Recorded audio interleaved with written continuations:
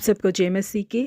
सुबह के समय हम एक वचन अध्ययन करेंगे जो भजन संगीता 139वें अध्याय के 12वें वचन से है। तो भी अंधकार तुझ से न छिपाएगा, रात तो दिन के तुल्य प्रकाश देगी, क्योंकि तेरे लिए अंधियारा और उजियाला दोनों एक समान हैं। एक बार एक पिता और बेटा गाड़ी में जा रहे थे। जैसे ही वो शहर से बाहर निकले तो वहां पर बहुत सारे खेत थे। उन खेतों में से एक खेत में तरबूज लगा हुआ था जो पक कर काटने के लिए तैयार था। उस लड़के के पिता ने गाड़ी को सड़क के किनारे रोका और खेत के अंदर जाने से पहले अपने बेटे से कहा, बेटा ध्यान रखना, कहीं कोई आ तो नहीं रहा, ये देखते रहना। कहकर वो खेत के अंदर गया और एक अच्छे से पके हुए तरबूज को वहां से तोड़कर वहां से वो बाहर आया। गाड़ी के नजदीक पहुंचते पहुंचते वो अपने बेटे से कहने लगा, बेटा आसपास ध्यान से देखते रहो, कहीं कोई आ तो नहीं रहा। जिसके लिए उसके बेटे ने बहुत ही समझदारी से अपने पिता से कहा, पापा क्या हमें ऊपर भी नहीं देखना चाहिए? जी हाँ प्रिय परमेश्वर के लोगों, जब लोगों की आंखें हमें नहीं देखती, उनसे छुपाकर हम कई कार्यों को कर सकते हैं, लेकिन स्वर्ग में जो परमेश्वर हमें हमेशा देखते रहते हैं, उनकी नजरों से हम छुपकर कुछ भी नहीं कर सकते, क्योंकि उनके सामने अंधियारा भी उजाले के समान है। इसीलिए हम उनकी नजरों से कुछ भी छुपा नहीं सकते। इजरायली लोगों ने जब यरीहो पर कब्जा किया था तो परमेश्वर ने उन्हें आदेश दिया था कि वो उसे जलाकर फूंक दे।